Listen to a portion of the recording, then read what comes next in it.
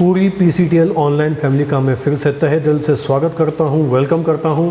नमस्ते, मेरा नाम है जतिन हरवानी और ये PCTL चैनल आपको प्रेजेंट करता है motivational videos, knowledgeable videos and commerce subject study से रिलेटेड कुछ खास पूरे बहुत ही इम्पॉर्टेंट कंटेंट्स। और आज हमारा टॉपिक है सेक्रेटरियल प्रैक्टिस से रिलेटेड, जिसके अंदर आज मैं आपको पढ़ाने वाला हूँ fixed price issue method and book building method. तो चलिए शुरू करते हैं। सबसे जो पहला टॉपिक है वो है फिक्स्ड प्राइस इशू मेथड। नाम से ही मतलब अच्छे से क्लियर हो गया होगा। फिक्स्ड प्राइस इशू मेथड का मतलब होता है कि इसके अंतर्गत कंपनी अपने शेयर्स के प्राइस खुद होकर फिक्स करती है, फाइनलाइज करती है, किसी से पूछने की कोई ज़रूरत नहीं है। कंपनी का मैनेजमेंट, बोर्ड ऑफ डायरेक्टर्स खुद होकर डिसाइड करती है कि कंपनी की फेस वैल्यू क्या रहेगी।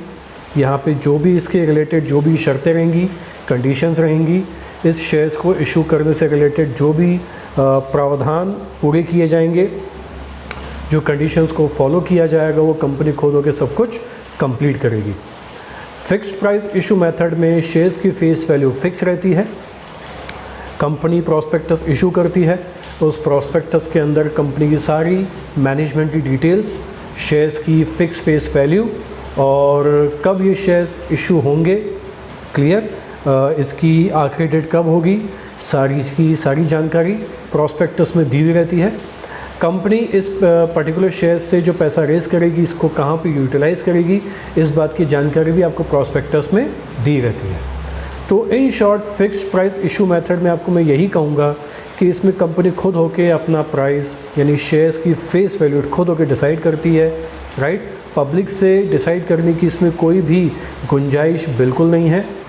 तो ये fixed price issue method public issue में भी इस्तेमाल किया जाता है, ESOS में भी इस्तेमाल किया जाता है, राइट इशू में भी इस्तेमाल किया जाता है। ओके, तो इसमें ज़्यादा इतनी डिटेल नहीं है। जो प्राइस फिक्स है वो कंपनी ने डिसाइड किया, आपको उस प्राइस में ही, राइट, आपको शेयर्स परचेज़ करने हैं। आप उसमें कोई बार्गेनिंग नहीं कर सकते। आपको पैसे इंस्टॉलमेंट में पे करने पड़ेंगे। ये आप जानते हैं कि कंपनी सभी इन्वेस्टर्स, सभी सब्सक्राइबर्स की सहूलियत के लिए जो टोटल फेस वैल्यू है उसको 4 या 5 इंस्टॉलमेंट्स में डिवाइड कर दी थी है। सबसे पहले जो अमाउंट हम पे करते हैं that amount is known as application money, जो आप अपनी एप्लीकेशन फॉर्म के साथ पे करते हो। सेकंड जो होती है वो होती है अलॉटमेंट मनी। जब आपको शेयर्स कंपनी अलॉट करती है, राइट, उस वक्त आपको अलॉटमेंट अमाउंट भी पे करनी पड़ती है। उसके बाद होता है first call and final call, यानी 4 इंस्टॉलमेंट, या अगर 5 है तो फर्स्ट कॉल होगा, सेकंड कॉल होगा, उसके बाद फाइनल कॉल होगा।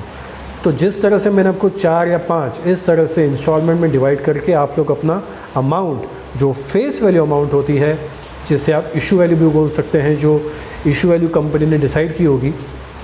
इशू वैल्यू वैसे 3 तरह की हो सकती है। एट पार यानी face value issue value same होती है। एट प्रीमियम की जो अमाउंट है फेस वैल्यू से ज़्यादा होती है। एंड एट डिस्काउंट, अब डिस्काउंट बोला तो क्लियर हो गए होंगे आप, इशू वैल्यू फेस वैल्यू से कम होती है। तो इस तरह से इशू वैल्यू 3 तरह की हो सकती हैं, लेकिन फेस वैल्यू के लेवल पे अगर इशू किया गया है तो वो एट पार होगा। Is that clear? तो इस तरह से 4 इंस्टॉलमेंट यानी application money, allotment money, first call, final call. और अगर 5 है तो application money, allotment money, first call, second call, then the last one is final call. इस तरह से आप अपने पैसे इंस्टॉलमेंट में पे करते हैं। शेयर होल्डर की सहूलियत होती है और आसान भी होता है, ईज़िली तरीके से पैसे पे किए जाते हैं। उसके बाद अब जो मोस्ट इम्पॉर्टेंट टॉपिक है वो है बुक बिल्डिंग मेथड। ये टॉपिक ज़्यादा इम्पॉर्टेंट है, ज़्यादा पूछने की गुंजाइश है एग्ज़ाम में, तो इस टॉपिक को अच्छे से पढ़ें और मैं जो भी आपको समझाऊंगा उसको ध्यान से सुनें। आपके आने वाले एग्ज़ाम में ये टॉपिक बहुत मदद करेगा, यानी ये वीडियो भी आपकी मदद करेगी समझाने में। तो उस वीडियो को और जो भी मैं समझाने वाला हूँ उसको ध्यान से सुनिएगा। तो शुरू करते हैं बुक बिल्डिंग मेथड। मेरे सामने किताब भी पड़ी है, मैं किताब में से भी आपको कुछ इम्पॉर्टेंट पॉइंट्स आपके सामने प्रेजेंट करूँगा। मेरी ये पूरी कोशिश रहेगी कि आपको मैं हर एक पॉइंट बताऊँ, कोई पॉइंट मिस ना हो जाए। अगर कोई पॉइंट मिस हो जाता है तो ये आपके लिए बहुत बड़ा नुकसान है, क्योंकि ये मेरी भी कोशिश रहती है कि कोई भी पॉइंट मिस ना हो। आपको सारी डिटेल में आपके सामने प्रेजेंट करूं, हर एक चीज़ आपके सामने रखूं ताकि आपको समझने में कोई दिक्कत ना हो, पढ़ने में कोई दिक्कत ना हो और आपको ये चीज़ अच्छे से याद रहे। ओके, वीडियो जब जब देखेंगे ये वीडियो आपकी मदद करेगी बुक बिल्डिंग मेथड को याद करने में। तो शुरू करते हैं। सबसे पहले बुक बिल्डिंग मेथड के लिए एक रेड हेरिंग प्रॉस्पेक्टस, मैं फिर से रिपीट करता हूँ, रेड हेरिंग प्रॉस्पेक्टस को इशू किया जाता है। अब ये क्या है? ये प्रॉस्पेक्टस ही है, लेकिन ये इनकम्प्लीट प्रॉस्पेक्टस है। ये प्रॉस्पेक्टस पूरी तरह से कंप्लीट नहीं होता। आप इसे एक रफ स्केच जैसा बोल सकते हैं, रफ प्रॉस्पेक्टस बोल सकते हैं, जो पूरी तरह से निर्धारित जानकारी नहीं देता है। क्योंकि बुक बिल्डिंग मेथड में इसमें कंपनी खुद होके प्राइस डिसाइड नहीं करती है, इसमें प्राइस डिसाइड करते हैं इन्वेस्टर्स। सही सुना आपने, इसमें प्राइस जो डिसाइड करते हैं वो इन्वेस्टर्स करते हैं, इसलिए इसमें बिडिंग होती है। क्या होती है? बिडिंग होती है। तो बुक बिल्डिंग मेथड में बिडिंग करने के लिए सबसे पहले रेड हेरिंग प्रॉस्पेक्टस को इशू किया जाता है, जो अपने आप में एक इनकम्प्लीट प्रॉस्पेक्टस है। इसमें या तो जानकारी प्राइस की रहेगी या तो जानकारी क्वांटिटी ऑफ शेयर्स की रहेगी। अब सीधी बात है, प्राइस इन्वेस्टर डिसाइड करेंगे तो प्राइस की जानकारी तो नहीं रहेगी। हाँ, इसमें प्राइस बैंड रहेगा, इसमें एक प्राइस बैंड रहेगा।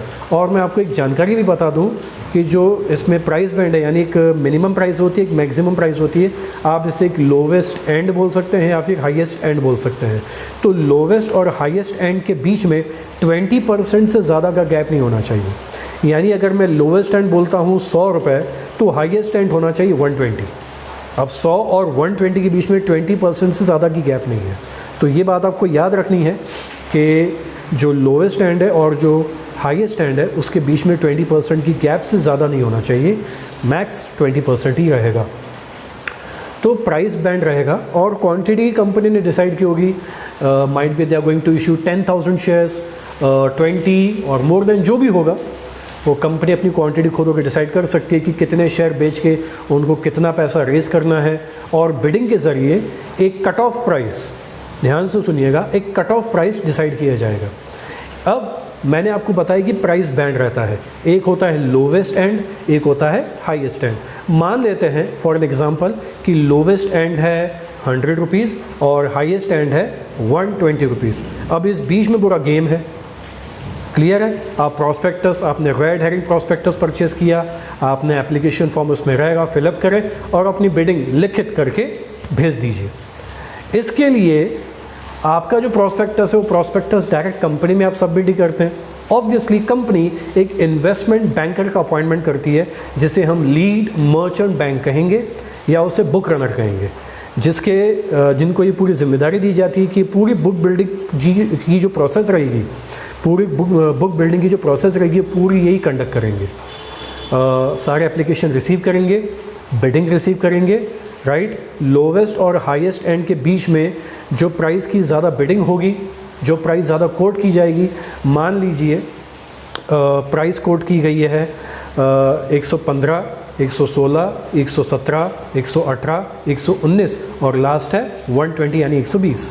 इस बीच में सबसे ज़्यादा मान लो अगर कोई प्राइस कोट हुआ है, मान लीजिए 115 ये जो प्राइस है सबसे ज़्यादा कोट हुआ है, मैक्सिमम कोट हुआ है।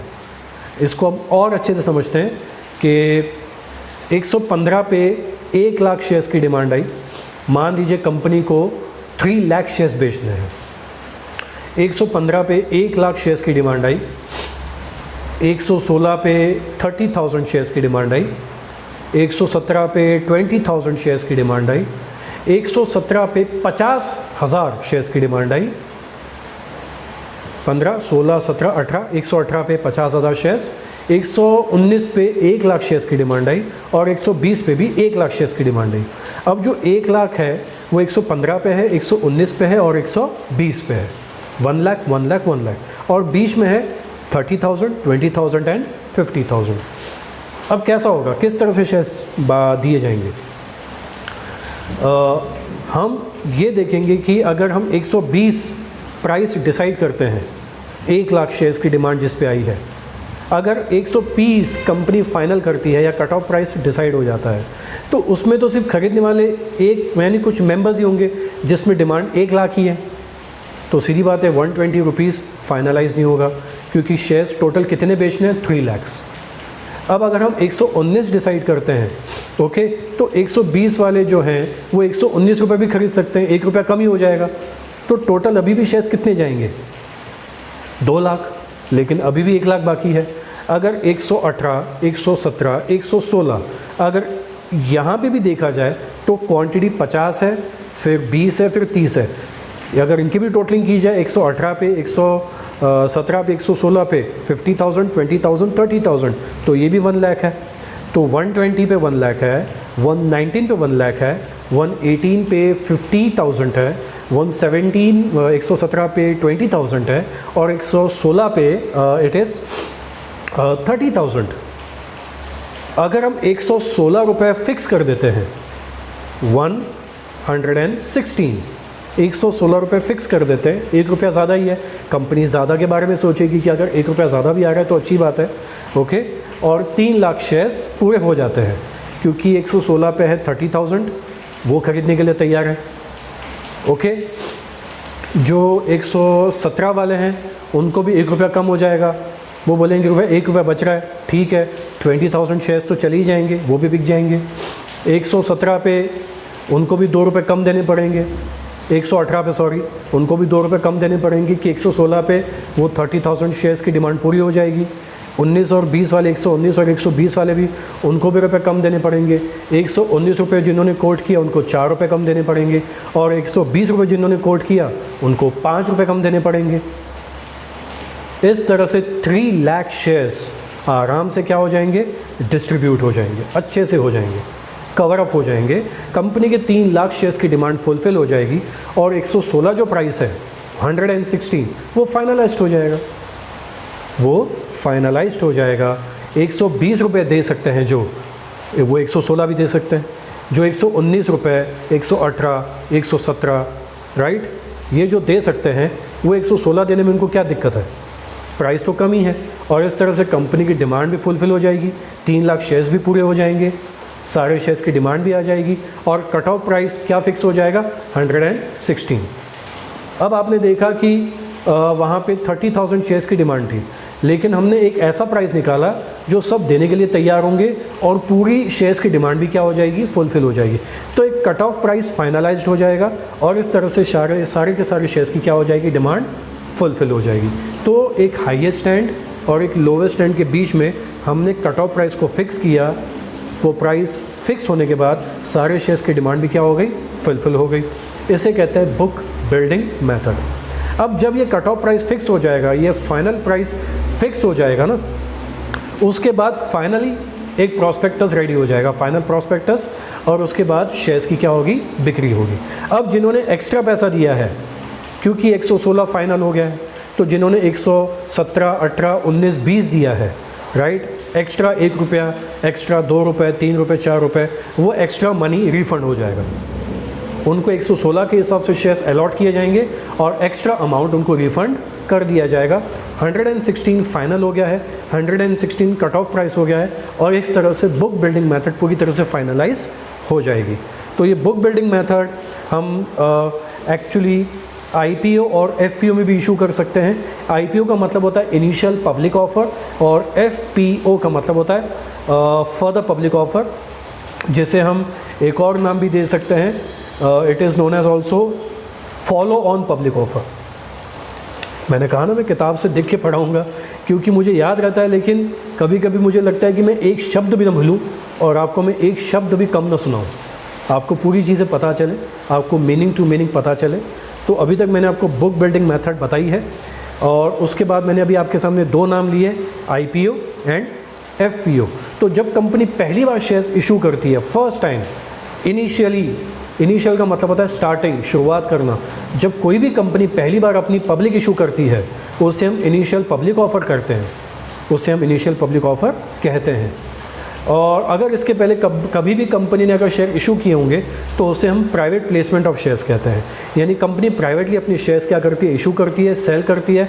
उसमें उनके फ्रेंड्स, रिलेटिव्स, कॉलीग्स हो सकते हैं, बिज़नेस से रिलेटेड कोई बंदे हो सकते हैं, वो उनको प्राइवेटली शेयर्स बेचती है, और प्राइवेटली पैसा क्या करती है? कलेक्ट करती है।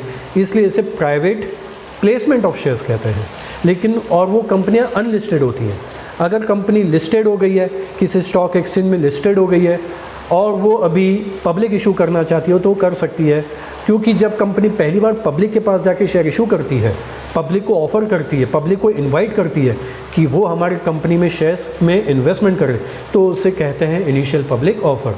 इसके बाद जब कभी भी कंपनी को पैसे की ज़रूरत पड़ेगी, उन्हें और इन्वेस्टमेंट चाहिए, अपने बिज़नेस को एक्सपांड करने के लिए, कई सारी और एसेट्स परचेज़ करने के लिए, और भी कई सारे उनके प्रोजेक्ट होते हैं, उनके लिए उनको पैसे की ज़रूरत पड़ती है, तो जब चाहें वो आने वाले भविष्य में और शेयर्स इशू करके मार्केट से पैसा, पब्लिक से पैसा रेज कर सकती हैं। तो भविष्य में IPO के बाद जब कभी भी कंपनी शेयर्स इशू करेगी, उसे हम FPO कहेंगे, फर्दर पब्लिक ऑफर। तो मैंने आज आपको फिक्स्ड प्राइस इशू मेथड समझाया, बुक बिल्डिंग मेथड समझाया, और IPO FPO को शॉर्टकट में जो काफ़ी है समझने में, वो भी मैंने आपको समझा दिया। आशा करता हूँ कि मेरी ये पूरी जानकारी, पूरा नॉलेज आपको समझ में आ गया होगा। ये बहुत इंपॉर्टेंट है। और जाते जाते एक इम्पॉर्टेंट बात बता देता हूँ, जो लोवेस्ट एंड होता है बुक बिल्डिंग में, उसे हम फ्लोर प्राइस कहते हैं, और जो हाईएस्ट एंड होता है उसे हम कैप प्राइस कहते हैं या सीलिंग प्राइस कहते हैं। अब सीलिंग का मतलब आप उसके ऊपर नहीं जा सकती है, फाइनल है, हाईएस्ट लेवल है। आप उस लोवेस्ट एंड हाईएस्ट एंड के बीच में ही गेम खेल सकते हैं, और उसके बीच में ही क्या होगा, कट ऑफ प्राइस होगा। ओके, तो पूरी जानकारी मैंने आपको दे दी है। इस वीडियो को बार बार सुनिएगा, दूसरों के साथ भी ज़रूर शेयर कीजिएगा, ज्ञान बांटने से बढ़ता है। हेल्प एक ऐसा इम्पॉर्टेंट फैक्टर है लाइफ का, जिसके लिए पैसा खर्च नहीं करना पड़ता, लेकिन जितनी दी जाए उतनी बढ़ती है। उसी तरह ज्ञान बांटने से कम नहीं होता, उतना ही बढ़ता है। हेल्प दूसरों की भी कीजिए, खुद की भी कीजिए, राइट। और share this video with maximum common students. ये फाइनेंशियल नॉलेज है, शेयर मार्केट से रिलेटेड नॉलेज है, शेयर से रिलेटेड नॉलेज है। ओके, अगर आप सबके साथ भी शेयर करेंगे तो और अच्छा, उनको भी शेयर मार्केट से रिलेटेड या ये बुक बिल्डिंग मेथड से रिलेटेड जानकारी मिलेगी। तो फिक्स्ड प्राइस इशू मेथड में कंपनी खुद होकर डिसाइड करती है, और बुक बिल्डिंग मेथड में इन्वेस्टर्स के बेस पे फाइनल प्राइस डिसाइड होती है, और उस प्राइस पे शेयर्स को बाद में क्या किया जाता है, फाइनल प्रॉस्पेक्टस इशू करके सेल किया जाता है, और जिन्होंने एक्स्ट्रा पैसा दिया उनको पैसा रिफंड कर दिया जाता है। तो I completed my this lecture, I completed my whole and soul knowledge about fixed price issue method, book building method, IPO and FPO। Its a request, be the part of my PCTL family.